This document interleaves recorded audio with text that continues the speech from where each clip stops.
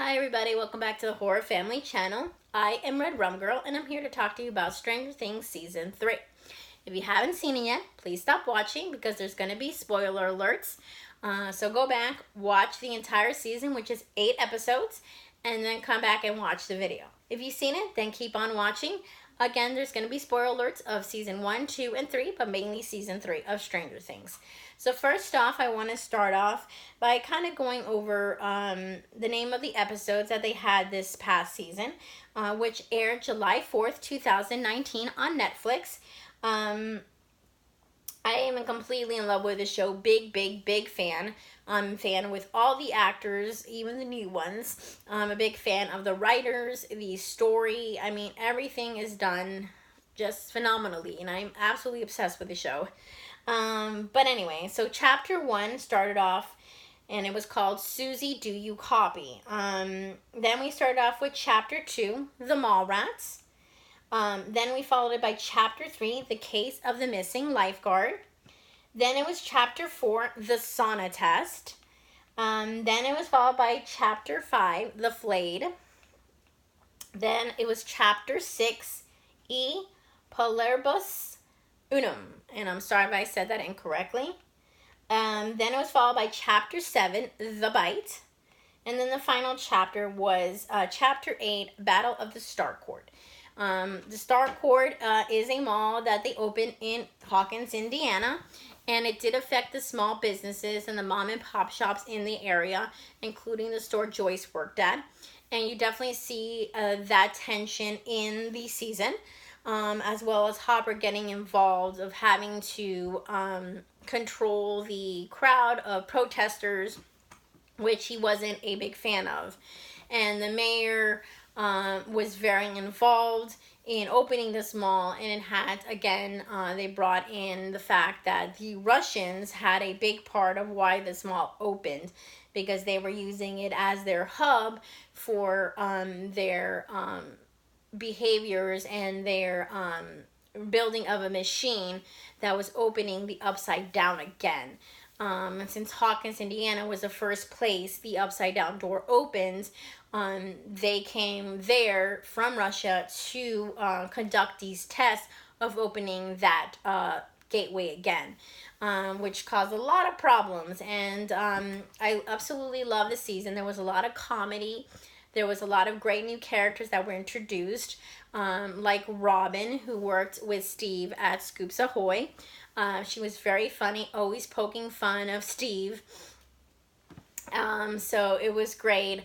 And then later on, you see her character development, who she really was.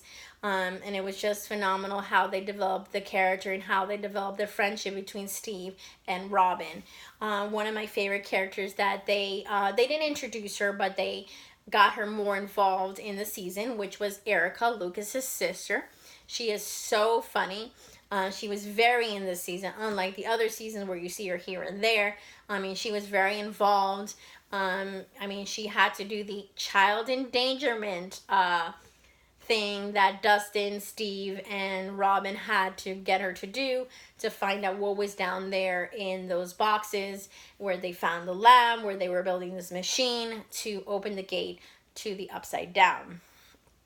In the first episode, we see Billy. We see how the moms of Hawkins, Indiana, are completely infatuated with him, especially Miss Wheeler.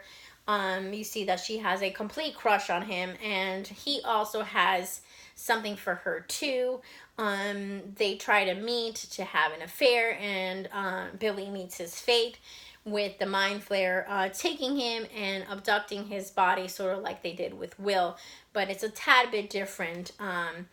So he gets pretty much Billy to bring different people from the town to him, including another character that they brought in, Heather, and her parents, which they didn't develop the characters so much because they did meet their fate of getting abducted by the Mind Flayer and becoming part of this big monster and melting into him towards the end of the season, which you see.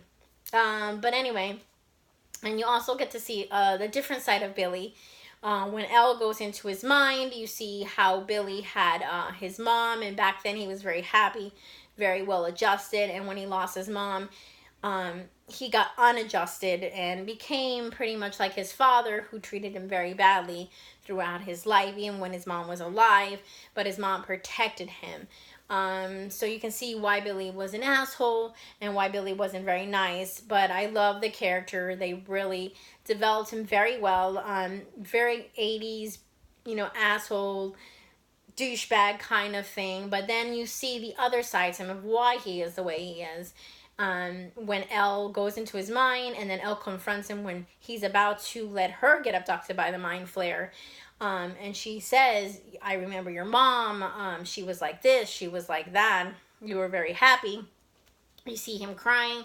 He goes and becomes a hero in the end. So he rectifies all his wrongdoings. And he died. And it was sad because you see the human side to him before he dies. And how he was a hero, in the end of it all. So I cried then. I cried when Max reacted to his death. And I especially cried when we potentially probably lost Hopper. It's not confirmed that he died because we didn't see a body. We didn't see him at the explosion when the machine exploded.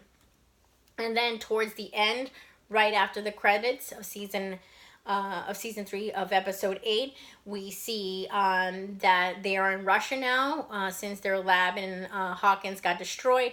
They all went to Russia. All the Russians that were there that were still alive, they went to Russia, and they refer to one of the prisoners, because you go into this big prison where they're full of doors. You don't see who's in there, but they refer to the American. Leave the American. We do not want the American out.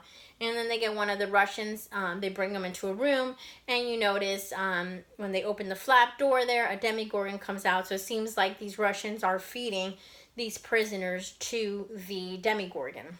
But we think Hopper's still alive because, like I said, no body was found. He wasn't there when there was an explosion, and then they refer to one of the prisoners as the American, and as you see the first episodes of the season, they were referring to Hopper as the American. So we're hoping he's still alive, but it was still emotional, especially when you see him and Joyce look at each other one last time. You can see the love that they both had for each other that Joyce didn't want to admit. You also see how Elle reacts to when she sees Joyce communicating with just, visuals that he's no longer there. And then when Elle reads the heartfelt letter that that Jim Hopper had wrote for Elle and Mike when their relationship was getting very intense and he wanted to kind of slow things down and have barriers. So he wrote this letter, and they read that towards the end before the Byers and Elle move to another place. And it's kind of just emotional goodbyes, moving, the potential that Hopper is no longer coming back. That letter that he wrote to her. It was just a lot of emotions. And again, it was a funny season as well, with Erica and her snarky remarks back. And also as well as Robin, she brought a lot of comedy to the season as well as Dustin. One of my favorite parts was when we finally meet who Susie is, and she's not this made-up girlfriend that everyone thinks Dustin made up while he was away. She's actually a real person, very smart girl, and they both start singing the never-ending story as it's being broadcast to everyone who's involved in trying to get this Russian machine destroyed and get that portal closed so that they can get that mind flare out of there. And everyone's just like, what's going on? And it was just so funny, and it was so great and so unexpected, and the writers just did that great. I love the never ending story. So those two kids singing the never ending story and everyone reacting like, what's going on, was absolutely phenomenal. So I want to hear what your favorite parts of Stranger Things 3 was. I also want to hear what you think about Billy and his fate that he met. Also, if you notice a pattern with Stranger Things, is that anybody who starts with the letter B meets a fate of death. We had Barbara, who got abducted by the Demogorgon and taken to the Upside Down. She didn't make it back. She died. And then in season 2, we saw Bob getting attacked by a demi-dog towards the end, and he died. And then finally Billy, who got abducted by the Mind Flayer, well, not abducted, but got possessed by the Mind Flayer to do his bidding, and then eventually met his fate of dying by the Mind Flayer trying to protect Elle. So if your name starts with a B and you get casted on Stranger Things, or they cast you with a name with the letter B on Stranger Things, be prepared to meet your fate of death like the other characters that had the name starting with the letter B. I think Hopper's alive. I want to know if you think Hopper's alive. Let me know in the comments. Again, what was your favorite part of Stranger Things? What do you think of the new characters that introduced to the team of Stranger Things? Absolutely love every single character. There's not one character that I dislike. Their character development is phenomenal. They definitely do a lot of layers to their characters. They're not one-dimensional whatsoever. They're very layered, very multi-dimensional characters that they have. The story is absolutely consistent, and it just seems to flow very well. It pretty much brings out every emotion. It makes you laugh, it makes you at the edge of your seat, it makes you cry, it makes you scared, it makes you worried for the characters. Constantly getting you involved in the show. It's absolutely great. So let me know what you think. Let me know in the comments. What do you think of Stranger Things 2? I mean, Stranger Things 3, sorry. So that's it.